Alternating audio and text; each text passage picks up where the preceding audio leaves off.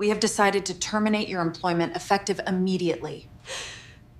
You chose the system over our family. How did one night with my husband's student turn into a hearing where I lost my job and got handed divorce papers in front of half the university? Why did the man everyone thought was the boring, insecure professor become the one calmly reading out my own messages as evidence while I stood there shaking? What if the jealous husband you mocked in public is the one person who knows exactly how to take everything from you without raising his voice? Before we dive deeper into the story, I have one small request. Please subscribe, drop a like, comment, and hit that hype button to boost this channel so more people can discover these incredible stories. I'm not the monster they made me look like in that room. At least I don't feel like one. I feel like a tired wife who made one bad choice after too many silent dinners and cold mornings. But when I sat at that long table in HR, with all their papers and serious faces, you would think I was some danger to the whole university. Priya sat across from me with her little stack of files. Matthew was on the side, in a chair that looked too small for him. He did not look at me much. His hands were folded, his jaw tight, like he was watching a car crash he already knew was coming. I told myself he was scared of losing me. That helped for a few seconds. They asked if I understood the reason for the meeting. I said my husband was jealous because students actually talked to me. I joked that maybe I care too much, that I make myself too available. Priya did not laugh. Matthew did not move. Then she opened the top folder. I saw printed messages, my name, Luca's name, dates, the word investigation. In that moment, my stomach dropped, but I still thought I could talk my way out. My name is Verena Thorne, and I am tired of people pretending they do not understand why I did what I did. Everyone acts shocked now, like I fell from the sky and ruined a perfect life, but the truth is simple. You cannot starve someone for years and then scream when they eat.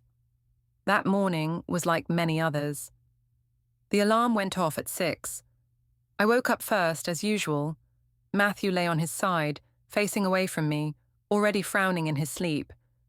Even when he rested, his mind never left work. I watched the back of his head and waited a second, just to see if he would turn, if he would reach for me. He did not. He never did. I got up, went to the kitchen and put the kettle on. The flat was quiet. Our daughter Mia was still asleep. I poured cereal into a bowl for her and set out 2 mugs, one where I usually stood by the counter, one by the sink where Matthew liked to lean and scroll through his emails. That was our marriage now. 2 cups, 2 sides of the kitchen, separate little islands. He came in rubbing his eyes. He said he had a meeting at 9 and a lecture at 10, and he asked if I could do drop-off for Mia. I said I had a busy morning in the student support office, but sure, I would make it work. He nodded. Like of course I would. Like I had nothing else to do except fix his schedule. He asked why I was up so early, and I said I wanted some quiet before the day started. I did not tell him I had woken with a heavy, empty feeling again. I never told him that part. I had tried, once. I had told him I felt invisible, and he had said we could discuss it at the weekend because he had marking to finish. So I stopped trying. He took his mug to the sink and opened his phone. I watched the way his face changed when he scrolled through his inbox. His eyes sharpened. His shoulders straightened. He came alive for them. The department head, the students, the committees. He asked if I could remind him to send slides to his third-year group. I said they were lucky he thought about them this much. He did not understand my tone. He never did. He just asked if I was all right. I said I was fine, just tired. He told me we were all tired and that the term would end soon. I wanted to scream that my tired was not the same as his, but I swallowed it and put Mia's lunchbox in her bag. On the way to school, Mia asked why Daddy always worked. I told her he loved his job very much. She asked if he loved us the same. I said he did, of course. That is what you tell a child. But even then, the question sat in my chest like a stone. After I left Mia, I walked to campus. The air was cold, and the university buildings rose up like grey blocks. Students hurried past with headphones and coffee cups. They moved around me like I was part of the furniture. I work there, but I'm not one of them. I'm not one of the real academics either. I'm somewhere in the middle, useful but forgettable. When I reached the corridor outside Matthew's lecture hall, I slowed down. I told myself I was just passing through, but I always walked that way when his class was starting. His door was half open. I could see him at the front of the room, smiling, moving his hands as he explained something on the screen. He looked alive in there, fully present, focused, the way he had used to look with me. He asked the group a question about social roles or something. Hands went up. He laughed at one answer. He did not laugh like that at home anymore. Then I saw him turn toward a student near the front, Luca. I did not know his name then, only his face. Sharp jaw, tousled hair, easy smile. One of those boys who always look like they are in a music video. Matthew spoke to him directly, and Luca leaned forward, listening like every word mattered. Matthew nodded, clearly pleased. I felt heat in my chest. I thought, so he has that charm still, just not for me. I knew it was unfair, but feelings are not fair. When the lecture ended, students came out in groups, talking loudly. A couple of them said hi to me. I helped them last week with forms. They thanked me and moved on. Then Luca stepped into the corridor, holding some papers.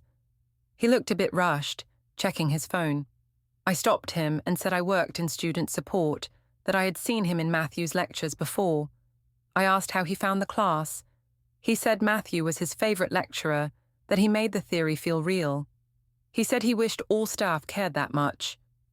I smiled but felt something twist inside. Of course Matthew could make theory feel real for strangers. I asked if he had everything he needed for the term. He said he was a bit stressed about deadlines, but he did not want to bother Matthew more than he already did. I told him Matthew was paid to be bothered. He laughed, and I liked the way he looked at me then. Not like furniture, more like a person who might matter. Matthew came out a moment later, still talking to another student. He saw us together. He asked if everything was all right. I told him I was just checking in on one of his kids. I used that word on purpose. I wanted to see if it stung. He said Luca was doing well and thanked me for helping. Then he moved on, already thinking about his next task. Luca looked between us, curious. Afterward, I went to the campus cafe. It is a bright room with big windows and too many plants. I ordered a latte and sat near a table of student reps. They knew me. I handled their event forms. One of them waved me over, so I joined them. They asked how life with a lecturer husband was. I said it was like living with an overworked robot. I said he talks more to his emails than to his wife. They laughed. I liked that. It felt good to be the fun one for once. One of them asked if I ever got jealous of the students who spent so much time with him. I said I only got jealous when he smiled in their direction, but not in mine. I said sometimes I felt like the old chair in his office. Comfortable, familiar, and completely invisible. They made shocked faces and told me I was too young to talk like that. I felt bold. I said maybe one of them should flirt with him a little, just to see if he remembered he had a wife. I said this as a joke, but I watched their reactions carefully. They laughed again. One girl said Matthew was too serious to notice. Another said he looked like he had not slept since 2015. I shrugged and said maybe I should find someone on campus who actually sees me. They thought that was a joke too. I let them think it. Later, I texted my sister Jenna. I told her Matthew had spent half the morning shining for his students and half the morning ignoring me. She replied that I should not let him treat me like background noise. She said women like us need attention. She said if he would not give it, someone else would. I read the message twice. At lunch, I sat alone at the cafe window. Luca walked in with a friend. He saw me and gave a small nod. After he got his drink, he came over and asked if the offer to talk about support was still open.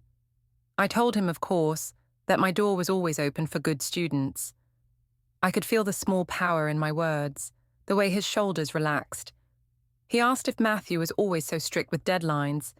I said Matthew could be intense, yes, but only because he loved his work more than anything. I let that hang in the air. He frowned slightly, like he was trying to decide if that was good or bad. When my break ended, I walked back to my office. On the way, I checked my phone. There was a message from Matthew. He wrote that he might be home late because he had a meeting in town and some papers to look over. He asked if I could handle pickup again. I rolled my eyes, even though no one could see. Before I closed my phone, a small banner slid across the top of the screen. It was from our shared calendar. Matthew had added an event. Meeting, personal, downtown, 11:20 a.m. No other details, no names, just that. I thought it was probably some boring admin thing, maybe a bank or a dentist. I did not think it had anything to do with me. I should have. The end-of-term social at the student union bar came a few days after that calendar alert. It was one of those events where everyone from the department pretended to relax, but still talked about research and funding. I was not even staff in their world, really. I was just the wife who worked in a small office downstairs. But I knew the students, and they liked me, so I knew I could shine there in a way I could not shine at home. Matthew mentioned the social at breakfast. He said there would be drinks for staff and some student reps, and asked if I wanted to come. He said it could be nice for me to be there. Since I worked with the students so much, I heard something different. I heard that he wanted a quiet, tame version of me there so he could show off a stable home life and then go back to ignoring me. I told him I would come if I felt like it. He said he thought it would be good for us. I focused on the word and felt annoyed. He said us a lot when he wanted me to support his work. At work, I kept thinking about what I would wear. Most of my clothes are fine for the office, but not exciting. I chose a dress that showed just enough to remind people I was not some old chair in a hallway. I told myself it was normal to want to feel attractive. I told myself any man who truly loved his wife would be proud if other people admired her. Who wants a wife no one looks at? When I walked into the union bar that evening, the music was loud and the lights were soft. Students stood in clusters, laughing too hard, holding cheap drinks. Staff stayed closer to the back, around a long high table, pretending not to care what anyone thought. I saw Matthew near the staff group, tie slightly loose, talking to the head of department. He smiled politely, but his eyes looked tired. Some of the student reps waved at me. They pulled me into their group, and I let them circle around me. I liked the feeling. They asked if I wanted a drink. I said something about needing one after another long day playing therapist to anxious 20-year-olds. They laughed. One said I was basically the cool aunt of the department. I pretended to be offended and asked why I could not be the cool older sister instead. More laughter. I saw Luca across the room, near the bar, talking to a friend. He wore a shirt that looked too expensive for a student, sleeves rolled up. When he saw me, he gave a small nod, then looked past me to Matthew. I noticed that. I wondered what he saw when he looked at us. Did he see a solid couple, or did he see the gap? I made sure to laugh a little louder, to touch one of the student reps on the arm when I told a story. I knew Matthew could see me from where he stood. He kept glancing over. I told myself he was jealous. I needed that thought. It felt like air. After a while, he came over. He asked how I was doing, if I was all right with the noise. He asked how many drinks I had already. I knew he was just checking, but it sounded like control to me. I told him I was fine and teased that the students were taking better care of me than he did. The group laughed nervously. He did not. He said it was unprofessional to blur staff and student lines too much. He said the university had policies for a reason. I could see some reps exchange looks. I smiled sweetly and told him, in front of them, that maybe if he spent less time worrying about rules and more time being present as a husband, I would not need to have fun with his students. I said it lightly, like a joke, but I knew exactly what I was doing. The student's eyes widened. Someone laughed. Matthew's jaw tightened. He said this was not the place for that conversation. I told the group you could always tell when a man felt threatened, and they laughed again. Later, one of the girls asked if Matthew was always so serious. I told her he was worse at home, that he checked my phone like I was one of his students. That was not true. He had never done that, but it fit the version of the story I needed. If I was the controlled wife, then anything I did was resistance, not betrayal. Luca drifted closer, pulled in by the energy. Someone handed him a drink. He stood near my shoulder, listening. At one point he asked if we were okay, if Matthew was just tired. I told him that Matthew preferred ideas to people, that he only really woke up in front of a class. I said some men did not know how to keep their wives once they got them. Luca looked uncomfortable. That softness in his face made me push harder. If he felt sorry for me, he would protect me. That was how it worked. As the night went on, students took photos. Someone suggested a group picture. I made sure to stand between Luca and another rep, leaning in close. I knew my dress, my hair, the way I tilted my head, all looked good on camera. One of the reps said I looked more like one of them than like a staff member. I said, maybe that was because I actually listened. I took my own photo later, leaning toward Luca, his face near mine, but not touching. I asked one of the girls to snap it with my phone. Then I posted it to my story, with a comment about being the oldest one in the room, but still having the best time. I tagged Matthew in the post, saying that someone had to show him how to enjoy life. I saw him check his phone across the room. He gave a tight little smile and put it back in his pocket. On the way home, in the car, he was quiet. He asked if I thought the photo was appropriate. He asked if I understood how it might look when a married staff member posted close pictures with a student. I rolled my eyes and told him he was paranoid. I said that his students were adults, not children, and that I was just being friendly. I said he was jealous that they liked spending time with me. He replied that he did not care about that, he cared about boundaries. I told him that word again, boundaries, made him sound like a manual, not a person. When we got home, he went straight to the bedroom. I went to the balcony with a glass of wine. The night air was cold, but it felt good on my skin after the hot bar. I opened my phone and saw that my post already had likes and comments. Some students said nice things about me being fun and real. One wrote that I was too cool for my job. I smiled. This was proof that I mattered. Jenna sent a message after seeing the story. She asked if I was trying to make Matthew explode. She said she hoped so. She said men needed reminders that other people found their wives attractive.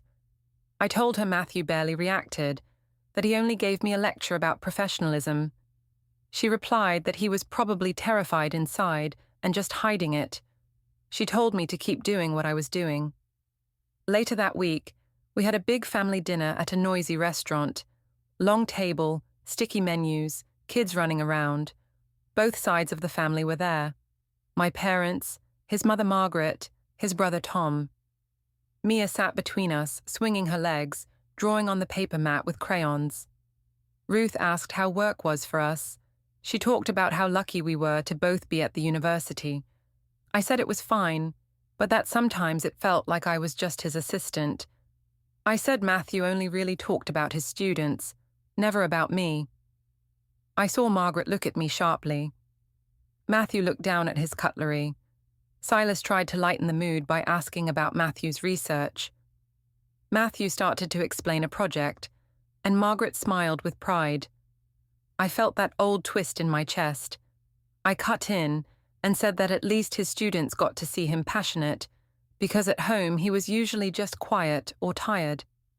I said this with a small laugh, to make it sound like a joke, but everyone heard the edge. Ruth asked if I felt lonely. I nodded. I told her in front of everyone that I sometimes felt like a widow whose husband was married to his job. I said when he looked up from his laptop, it was usually to tell me he had another meeting. Margaret asked gently if that was really fair. She said university life was demanding. I told her I understood that, but a husband should still notice if his wife walked into a room. I mentioned the social at the union bar. I told them that the students actually listened to me, that they asked about my day and brought me drinks, while Matthew stood with his colleagues and talked about grants. I said half joking that some of his students treated me better than he did. Tom went quiet. Ruth laughed and said that men always got too comfortable once they had a ring on their finger. Matthew tried to defend himself. He said he had been under pressure, that he was trying to do what was best for our family, that he needed my support. I twisted his words. I told the table that he expected me to just do everything at home so he could play the hero at work.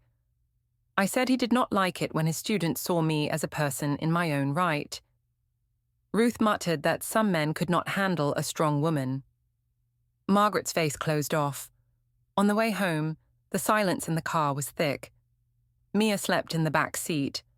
Matthew finally said he did not like how I spoke about him in front of his mother. He said it was unfair. I said it was unfair that I had to beg for attention. I accused him of making me look crazy in front of everyone. He said he did not understand how asking for respect was making me look crazy. I told him he was trying to gaslight me, and he fell quiet, confused. That night, after Mia went to bed, I went back out to the balcony with my phone. I sent Luca a message. I wrote that sometimes it felt like no one at home understood how hard I worked and how much I cared. I wrote that at least he seemed to see me when we talked. I did not think too hard before pressing send. It felt natural. It felt like slipping into warm water. He replied after a few minutes. He said he was grateful for my help and that I always made time when he was stressed. He said he hoped I was okay. That simple line, hoping I was okay, hit deeper than all Matthew's practical questions had in months. I told Luca that I was fine, just tired, and that he should not worry. I said I just liked knowing someone appreciated me.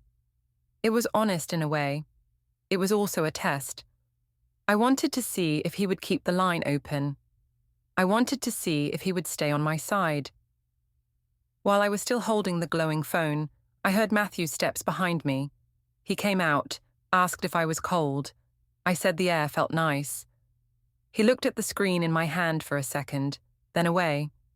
He said he had work to finish and went back inside. Later, when I walked into the kitchen, I saw his mug on one side of the counter and mine on the other, like two small islands with a sea of empty space between them. The messages with Luca started small, little things. He would ask about deadlines or say he was stressed. I would answer with practical tips and a soft tone. It felt harmless. I even told myself I was just doing my job, just being kind. When something feels good, your brain will find a way to call it noble. One afternoon, I was in my tiny student support office, staring at the cracked corner of my monitor, when he knocked on the open door. He asked if I had a minute. I said I always had a minute for hard-working students. It was a simple line, but I watched his shoulders relax, as if I had just pulled him out of deep water. He sat in the chair across from my desk and talked about his final year project, about how he felt like he was failing everyone's expectations. He said Matthew believed in him, but sometimes he felt like he could not live up to it. I listened and nodded. I told him that Matthew only pushed people he thought were capable. I also added that Matthew sometimes forgot to be gentle with the people closest to him, that he could be a bit cold at home. I let that detail slip like an accident. It was not an accident. Luca asked if things were okay between me and Matthew. I said they were fine, then laughed and said that fine was a big word for a man who slept with his laptop closer than his wife. Luca looked down, awkward. I liked that. His discomfort meant he cared what I felt. He thanked me for taking the time. I said I did not mind, that it was nice to feel useful. I told him that sometimes students appreciated me more than the staff did. He said that was not right, that I did a lot. That line stayed with me for hours. Matthew had said similar things in the past, but when Luca said it, it felt different. It felt like a small light turning on in a room I thought was closed. After that, He came by more often, always with a reason on the surface, a question about forms, a worry about his dissertation. I told myself it was normal. Students need support. If my tone was warm, that only made me good at my job. Our messages grew longer. At first, they were during working hours. Later, he would send something late at night about being unable to sleep. I would reply from the balcony or from the edge of the bed while Matthew typed beside me. I told Luca to try breathing exercises. I told him stress was normal and that he was not alone. I told him that if he really needed to talk, he could always swing by my office. One evening, the department held a small thank you reception for final year students who had helped with some faculty project. It was in a hotel conference room near campus, with bad finger food and free wine. Matthew went, of course. He was one of the main speakers. I was invited as staff support, a nice word for woman who hands people markers and keeps track of lists. The event went as expected. Matthew did his speech, serious but charming, talking about community and learning. Students clapped. I stood near the back with a glass of wine, talking quietly with some admin staff. At some point, I noticed Luca across the room. He was standing alone, swirling his drink, looking at the floor. When he saw me, his face brightened a little. Later, when the official part ended and people drifted toward the hotel bar, I saw Matthew pulled into conversation with two senior staff members. He looked trapped and tired, nodding at something the head of department said. I thought, he always has time for them. The old feeling rose again. Luca hovered near the door. I walked over and asked if he was heading home. He said he was thinking about getting some air. His voice sounded flat. I told him it was too early to go home, and that hotel bars always felt a bit sad if you sat alone. I said he could join me if he wanted. I told myself it was just one drink, a simple thank you for all his work this term. We sat at a small table in the corner of the bar. The lighting was dim, the kind that makes everyone look softer. He told me he was worried he would mess up his exams. I told him he would not, and that even if he did, it would not be the end of his life. I said I had seen worse and that he was one of the good ones. I saw how much that meant to him. Then the talk shifted. He asked how long Matthew and I had been together. I told him about meeting in our 20s, about late nights and big dreams. I also told him how things changed after Mia was born, how work ate Matthew piece by piece. I was careful. I did not say he was a bad man. I said he was a distracted man, a man who gave his best self to classrooms and colleagues and left the scraps at home. Luca said that sounded hard. I saw guilt in his eyes, like he felt bad for liking Matthew as a lecturer. I leaned in and told him it was not his fault. I said I was glad someone got to see that version of Matthew, even if it was not me anymore. The words were bittersweet, but they came easily. The wine helped. My body felt warm, my tongue loose. I told him that sometimes I felt like I could walk into a room and Matthew would not notice unless I turned into a journal article. Luca told me that was impossible, that any man would notice me. He looked me straight in the eyes when he said it. My heart jumped at the directness. I moved my hand closer to his on the table, almost touching. He did not pull away. He just glanced down, then back up. The silence changed. It became thicker, charged. I told myself it was still nothing. Just words, just closeness. Any harm was in my head, not in reality. I do not need to describe the rest in detail. You already know where a hotel bar and too much wine and a sad story can lead. We did not go straight home. We went upstairs to talk somewhere quiet, as I said. There were hands, there were mouths, and there was a line that, once crossed, cannot be drawn back in the same place again. Later, on the way out, he looked scared. He asked if this was a mistake. I said that of course it was a mistake, but a private one. I said it did not have to mean anything. I told him he did not have to worry, that I would protect him. I said that if anyone ever twisted things, people would believe me, not him. I did not say it as a threat. In my mind, I was offering comfort. Now I see how it sounded. He asked about Matthew. I told him Matthew would not find out if Luca kept his mouth shut. I said Matthew was too busy reading articles to see what was right in front of him anyway. That was how I justified it. If he could not see me, then what I did when he was blind did not count. By the time I got home that night, the flat was silent. It was late. I had already texted Matthew earlier, saying the event was running long, and I was helping some anxious students debrief. That word, debrief, sounds professional, clean. It makes a hotel bar sound like a meeting room.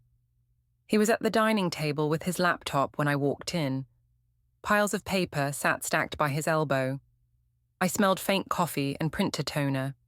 He looked up, checked the time, and asked if everything was okay. I said yes, just tired. I told him students were fragile, that they needed more than lectures. He nodded slowly and asked if that meant some stayed after in the bar. I laughed, called him paranoid again, and said he should be grateful I cared so much about his kids.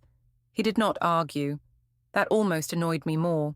He just said he was going to bed, that he had paperwork to sort first.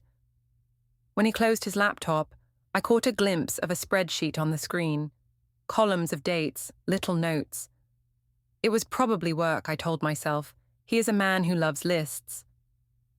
A few nights later, I went to see Jenna at her bar. I needed to tell someone. Secrets like that buzz under your skin. You feel special and sick at the same time. The music there was loud, the lights bright. I slid onto a stool and ordered a drink I could not really taste. Jenna asked how long I planned to torture myself with Matthew's emotional absence. I told her I had done something. I gave her the short version. Matthew's student, hotel bar, stupid night.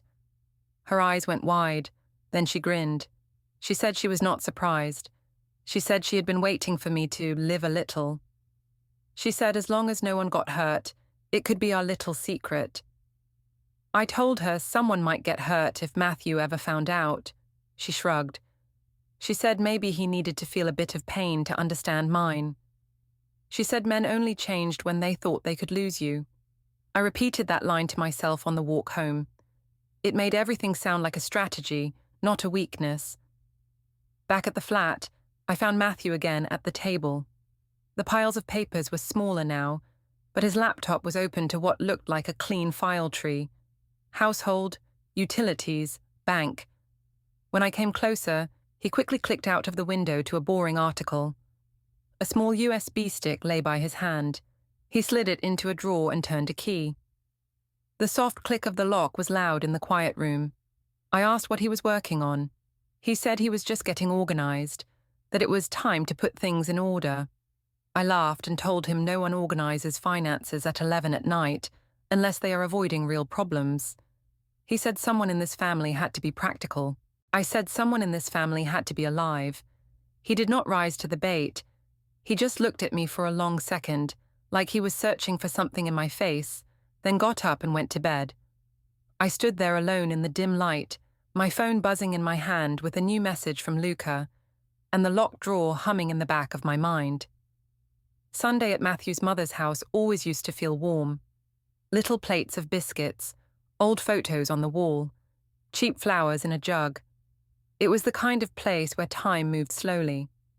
That day, the room felt tight, like the air was slightly too thick. Margaret had invited us for lunch. She said she wanted to see Mia and check how we were doing mid-term. I knew what that really meant. She wanted to look us in the eye and measure the distance between us. Mothers do that. They weigh silence like other people weigh fruit. We sat in the cold living room. Matthew on one end of the sofa, me on the other. Mia on the floor with coloured blocks. Margaret in her armchair, watching. Tom sat in the corner with his phone in his hand, pretending not to listen. Margaret asked how work was going for Matthew. He said it was busy but fine. She asked how work was for me. I said it was busy and not fine. I said I was basically a second mother to half the students, and still my own husband treated me like a piece of campus furniture. I smiled when I said it, but I wanted the words to sting. Matthew said that was not fair. He said I knew he was under pressure this term.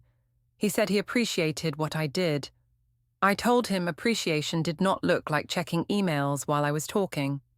I said his students got full sentences, and I got grunts. Tom shifted in his seat. Margaret tried to smooth it over. She said academic life could be hard on families. She said maybe we both needed a weekend away. I told her that would be nice if my husband could look up from his laptop long enough to notice I was in the room. That line hung there like smoke. She asked gently if we were having serious problems. I answered before Matthew could. I said we were fine. We just had different ideas about respect. I said some men believed respect only went one way. I watched her face. She did not like that. When Matthew tried to explain that he only wanted clear lines between staff and students, I cut in and told Margaret he had started to monitor who I talked to on campus. I said he did not like it when I spent time with male students, even when it was work. That was not exactly true. He had only ever asked for professional behavior. But the word monitor is powerful. It makes a man sound controlling. Margaret sat a little straighter. She asked if that was true. Matthew looked confused. He said he only cared about boundaries and reputation. He said the university had rules, and they were there to protect everyone. I rolled my eyes and said he sounded like an HR manual again. I told Margaret I was tired of being treated like one of his students. Later, when Margaret walked me into the kitchen to get more tea, she lowered her voice. She asked if there was anything I wanted to tell her. I said not really. She said she had noticed late nights and strange posts on social media. She said she hoped I was not doing anything that could hurt Mia. I felt anger rise. I told her I was not the problem. I said, maybe if her son knew how to be present, I would not have to look for connection elsewhere. I did not say what elsewhere meant, but I saw the idea land in her mind. She frowned and said some lines should not be crossed. I told her it was funny how people only cared about lines when women crossed them. We went back to the living room. Tom pretended to look at his phone. I caught a glimpse of a notes app open, words in small lines. I thought maybe he was working on something. Later, I would realize Tom liked to keep records. It was a family habit. The next week on campus, I saw Matthew coming out of the admin building instead of his usual lecture hall. He held a folder and looked unusually focused. It was mid-morning, a time he normally spent in class. I was on my way back from a meeting about exam access, holding a stack of forms. I stopped in the lobby. The floor was shiny, reflecting the strip lights. Students moved in and out, talking about essays. Matthew didn't see me at first.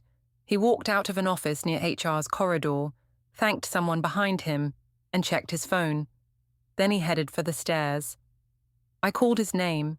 He turned, surprised, and came toward me. I asked what he was doing in that part of the building. He said he had a general chat about staff-student boundaries and some new training. He said the university wanted to make expectations clear. I laughed and asked if he had gone to complain about me. He said no. He said he had not mentioned my name at all. He said he only wanted to understand the rules better because he was worried about how some colleagues behaved at socials. I heard something else. In my head, this was about me. I told him I knew when people were talking about me behind my back. I said he did not have to hide it. He looked tired. He said we could talk later at home. He mentioned that HR sometimes reached out to staff when they saw patterns online. I asked what patterns. He said nothing, just gave me one of those long looks. Then his phone buzzed. A notification popped up for a thread named Follow Up. He stepped aside to answer it. I walked away, heat climbing up my neck. HR, boundaries, patterns online. The words spun around in my head. I told myself he was trying to build a case against me. I did not stop to think that maybe the case was already building itself. That same week there was another department social, bigger this time. End of project, start of exam season. Someone thought it was smart to put staff and students together again in the union bar, like we had no recent warnings about that. To be fair, most people behaved. Most people were not me. I dressed carefully again. Not too obvious, but not invisible. I told myself this was normal, that every woman wants to feel attractive sometimes. I told myself what happened at the hotel was a one-time thing. A bad night I could fold away and hide. It only became dangerous if someone else saw it. When I walked into the bar, the place was buzzing. Music played, but softer this time. Staff huddled near one wall, students spread out. Phone cameras flashed. This generation documents everything. It makes them easy to control if you know how, but it also makes you easy to catch if you forget where the lenses are. Luca stood near the back, talking to two friends. He looked tense when he saw me, like he was unsure whether to wave or disappear. I smiled and walked straight over. Ignoring him would have looked guilty. I told him he looked exhausted. He said exams were close. I told him he would survive. We always do. Matthew kept a distance. I saw him by the drinks table, talking to a lab coordinator. He glanced our way but did not come over. That annoyed me. I told myself he should have walked over, put an arm around me, made it clear I was his wife. His distance felt like rejection. So I leaned into the opposite. I stood closer to Luca than I needed to. When I laughed, I touched his arm. When someone suggested photos, I did not step away. A group of students called me over for a picture. I pulled Luca in next to me, another girl on my other side. Someone held up a phone. We smiled. I tilted my head toward him. It looked innocent if you did not know anything else. Later, during a short speech, someone gave me the microphone for a moment because I handled student support. I thanked them, said I was proud of how hard they worked, said the staff were lucky to have them. Then I added a little line. I said the students sometimes listened better than certain people at home. The room laughed. Matthew's face tightened, just for a second. I saw it. I wanted that. After the speech, he came over. He said he did not like being mocked in front of students. He said it was not professional. I told him he should be happy I still cared enough to joke about him. I said if he did not want to be part of my jokes, he could try being part of my life. A couple of students passing by heard that. They looked at him with quick, awkward sympathy. That suited me. Luca tried to walk away a few times, but I pulled him back into conversations.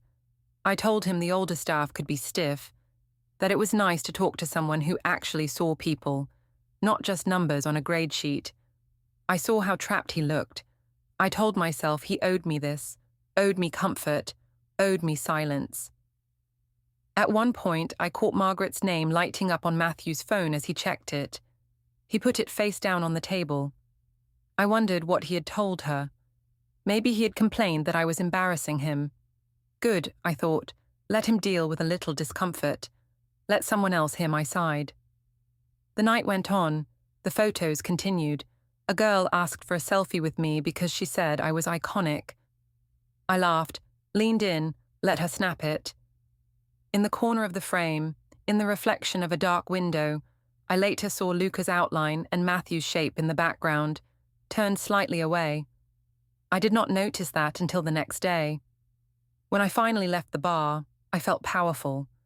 I felt like I had won some small private game. I had shown him I could shine without him. I had reminded him other people admired me.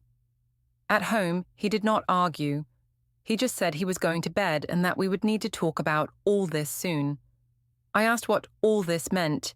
He said the way I spoke about him in public. I told him maybe if he behaved better in private, I would not have to say anything. He shook his head, picked up his phone, and went into the bedroom. Later, lying in the dark, I scrolled through my posts. I chose the selfie from the bar, the one where I looked confident, where you could see the outline of someone behind me if you zoomed in. I added a caption. Some people actually treat me like I matter.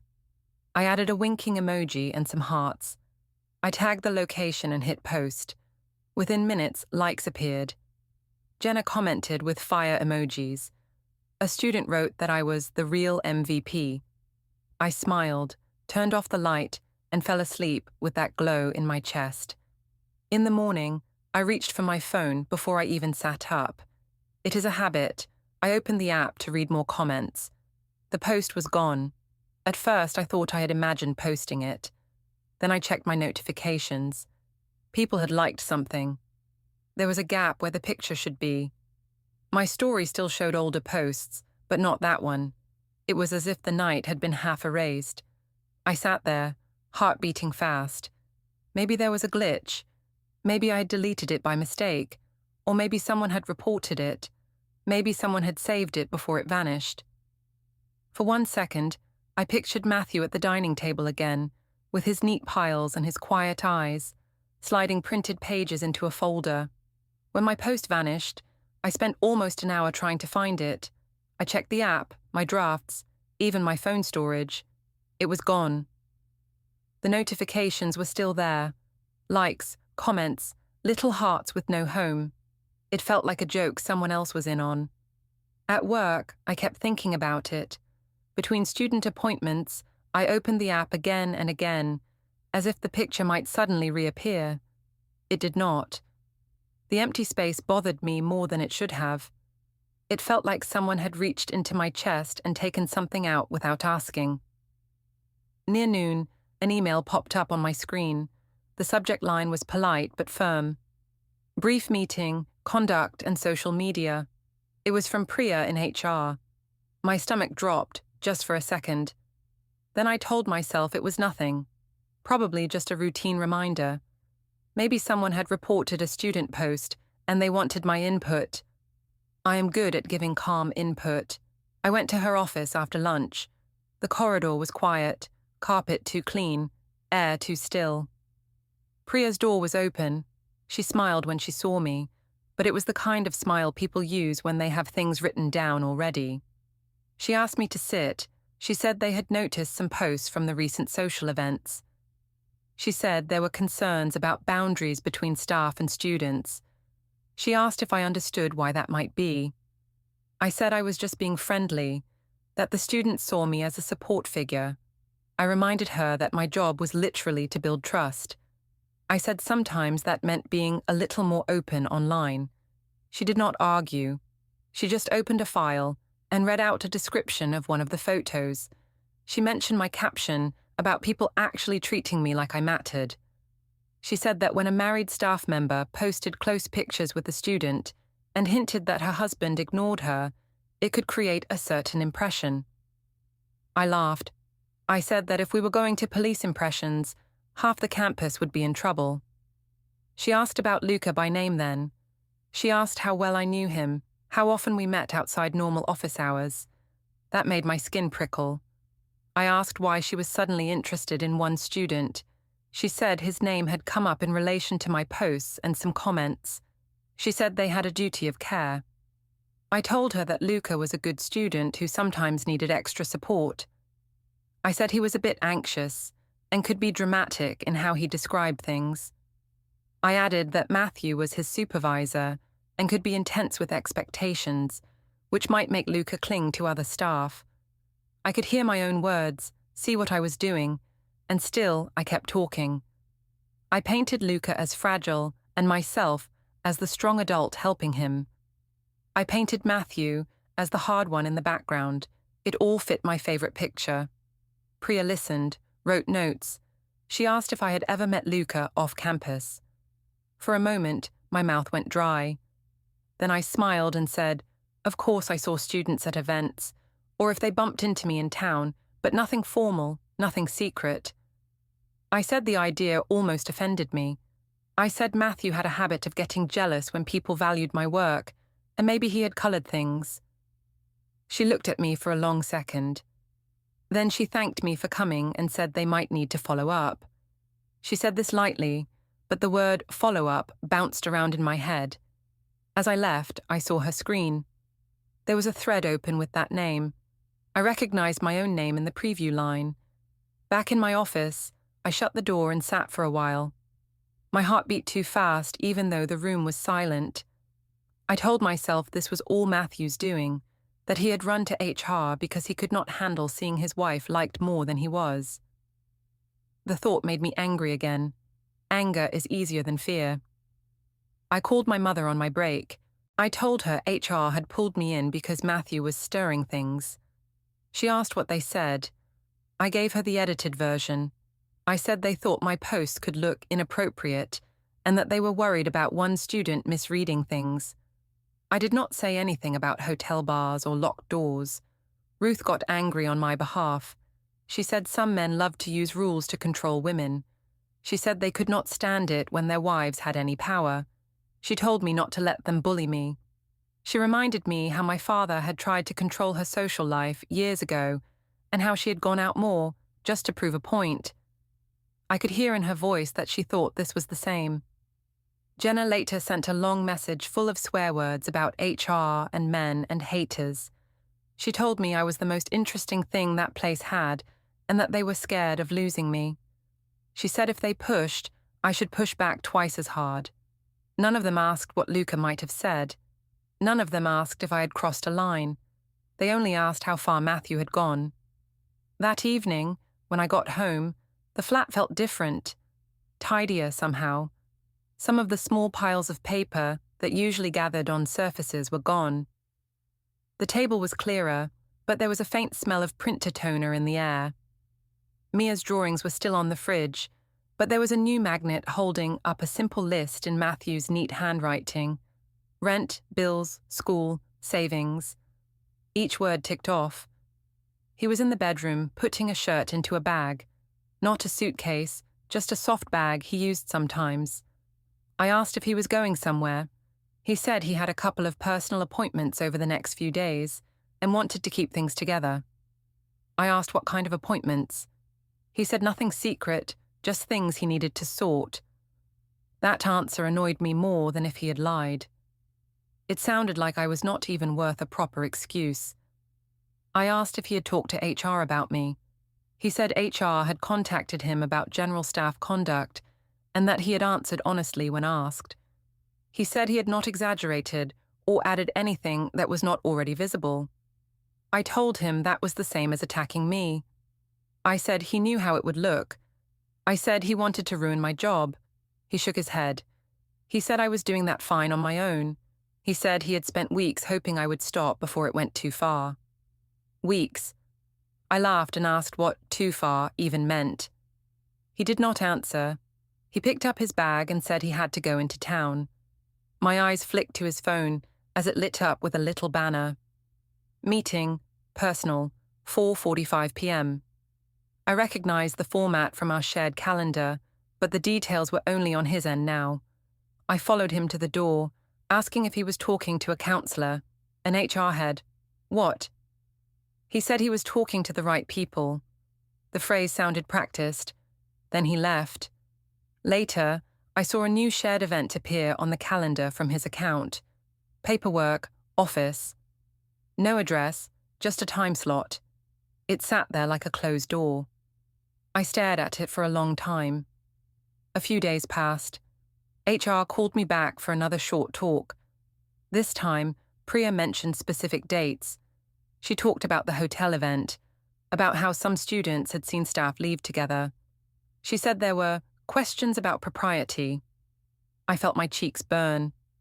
I said this was ridiculous, that adults were allowed to have drinks.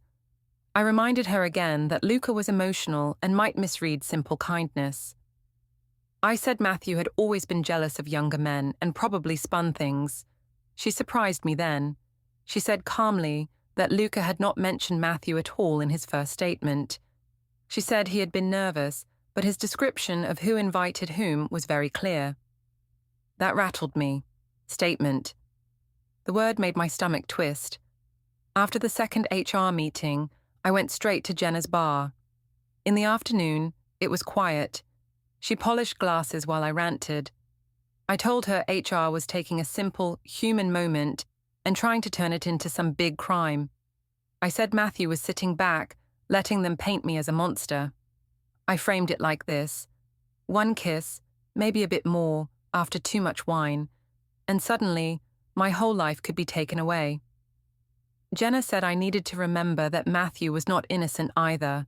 She listed his long hours, his coldness, his lectures about boundaries. She said I should threaten to leave, to scare him. I told her I had already done worse than threaten. She grinned at that, then frowned when she realized HR was real trouble, not just gossip. She told me to hold my nerve and not admit anything extra. When I came home that night, the flat was dark except for the kitchen light. Matthew sat at the table again, but this time there were fewer papers and more space. On his laptop screen, I saw folders with names like Archive A and Archive B. A small pop-up appeared in the corner as I watched. File uploaded successfully. He clicked it away fast when he heard me. I asked what he was archiving. He said he was backing up what he needed. I asked, backing up from what? He did not answer. Instead, he asked how my day had been. His voice was too calm. Not angry, not hurt.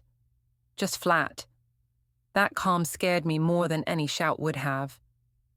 I slammed my bag down and asked if he was happy now, if he had enjoyed talking about me to HR, painting me as some danger. He said he had not enjoyed any of this. He said he had only told the truth and let them see what was already there. I told him he could have protected me. He said he had tried to protect everyone, including me, by asking me to stop. We went back and forth, my voice rising, his staying steady. I told him he was trying to destroy me instead of forgiving. I said a good husband would fight for his wife, not hand her over. He said quietly that he had been fighting for his family for years, and that I had not noticed. That line cut in a way I did not want to admit. Finally, I asked what he was going to do. I said I needed to know if he planned to stand next to me or push me off a cliff.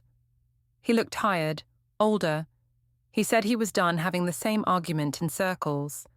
He said from now on, he would handle everything properly through the right channels. Work, home, money, Mia. He listed them like items. I mocked the word properly. I asked if he meant lawyers, courts, all that drama. He did not deny it. He just said he would not shout, he would not smear me online, he would not drag our daughter into fights. He said there were systems for a reason, and he would use them. My anger shifted to panic. I stepped closer, trying to see his phone as it buzzed on the table. The screen lit up.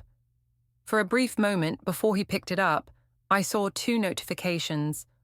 One from HR with the subject line "Documentation Received," and another from his calendar. The event name was short but clear. Family Court, initial. I stared at those words as he turned the screen away. My heart hammered so loud I could barely hear my own voice when I laughed and said he was bluffing. He slipped the phone into his pocket, stood up, and said he had given me every chance to talk to him first. Then he walked past me, leaving me alone in the bright kitchen, with 2 mugs on opposite counters and the echo of that calendar reminder ringing in my head. The day of the hearing felt wrong from the start. The sky was too bright, the air too clear. I kept thinking it did not look like the kind of day when a life could be taken apart. I chose a smart dress, nothing too loud. I told myself I would look like a serious professional, not the crazy woman Matthew and HR wanted to show. When I got to the admin building, the lobby was busy. Students sat on benches with laptops. 2 lecturers passed by and nodded at me in a careful way, like they knew something but did not want to say. My legs shook a little in the lift. I told myself it was just nerves, that I would talk, they would listen, and this whole thing would shrink back down to a warning. The HR conference room was cold. The blinds were half open. A long table sat in the middle with plastic water bottles at each place. Priya was already there, along with 2 other staff members from some policy committee. Matthew sat at one side of the table, not at the main end, which annoyed me. It made him look like some quiet witness, not the man pulling the strings. He glanced at me when I came in, but did not smile. His face was calm, too calm. I decided he was doing it on purpose to make me look emotional. I told myself this whole thing was a performance, and I refused to give them good drama. Priya asked if I understood why we were there. I said I understood we were there because some posts and rumors had made my husband uncomfortable, and because someone in HR was very bored. I said I hoped we could clear things up quickly so I could get back to actually helping students. One of the panel members wrote something down already. That irritated me. They started with small questions. Priya asked how long I had known Luca, what my role with him was. I said I was a support officer, that I met with many students, and that Luca was just one of them. I said he had been anxious about his final year and that I had given him extra time because I care. I emphasized that word, care, as if they should thank me. They asked about messages sent outside working hours. I said, students today live on their phones, so it made sense to reply when they needed help. I said ignoring them would be cruel.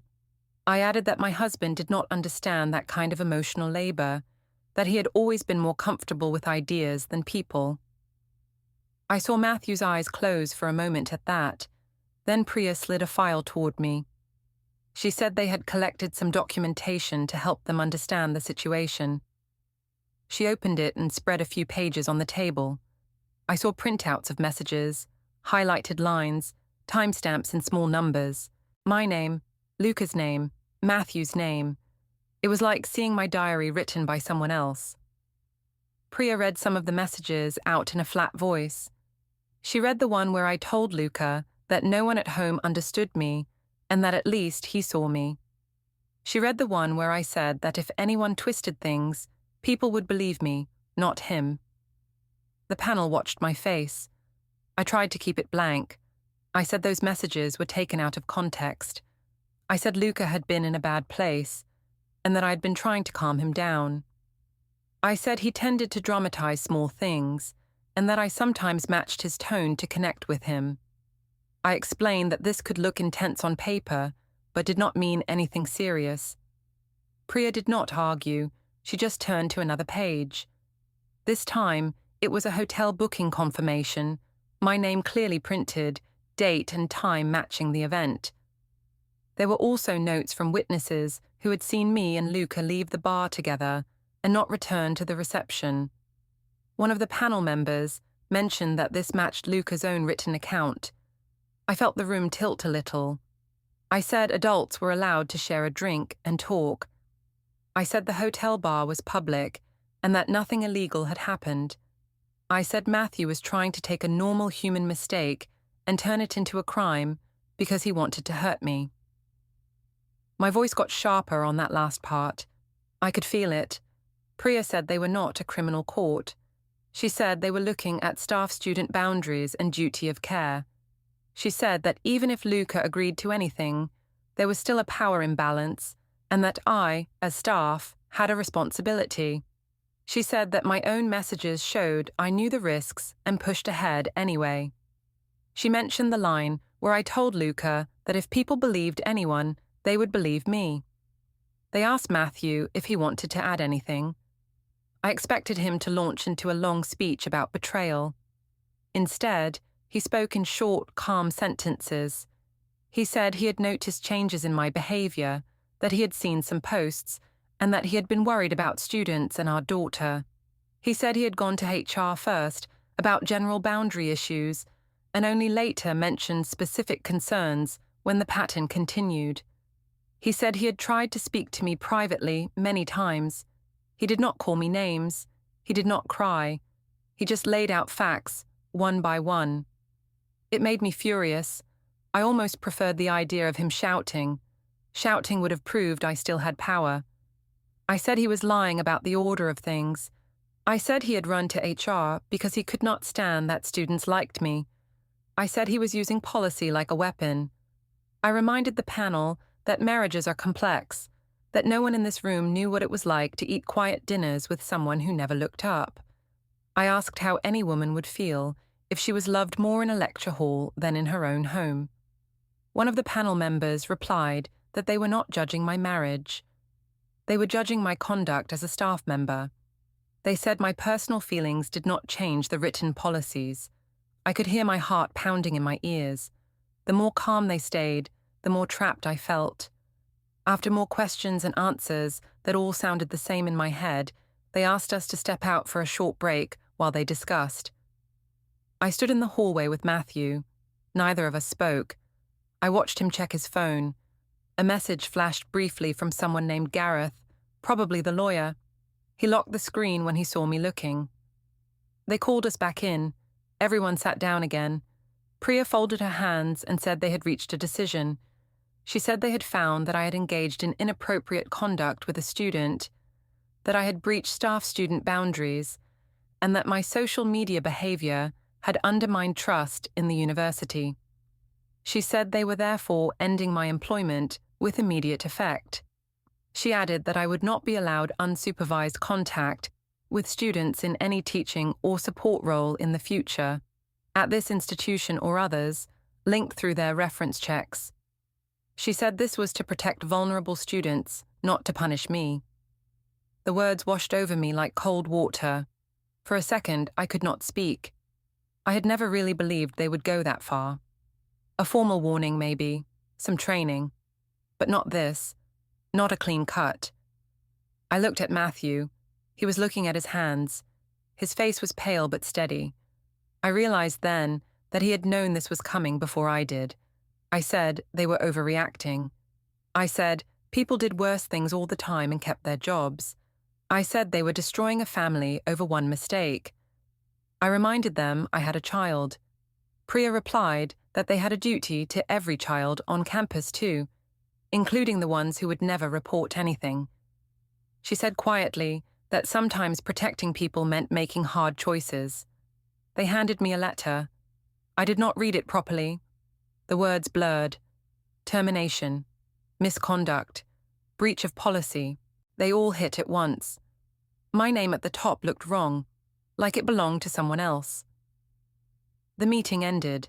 Just like that, chairs scraped, papers were stacked. People said thank you in flat voices. Matthew stepped back, letting me pass first at the door. That small politeness felt like an insult. I walked out into the courtyard on shaking legs. The light was even brighter now.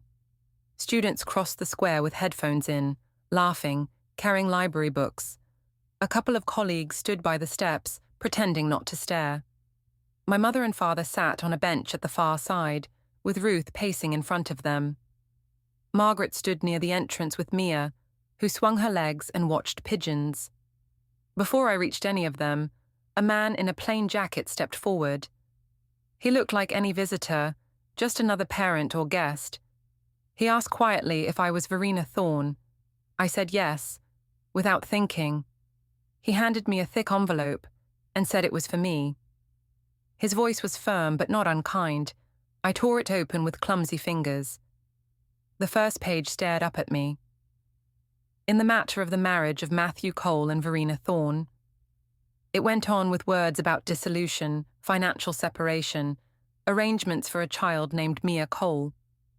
Dates, case numbers, formal phrases I did not want to understand. I looked up and saw Matthew at the top of the steps, speaking softly to Margaret while Mia held his hand. My mother was already marching toward me, asking what they had done now. The envelope shook in my grip. Inside were 2 sets of decisions, both made without my permission. The job I had just lost, and the marriage already halfway out the door. For the first time, it hit me that this was not a performance. This was the record. My name was printed on every page.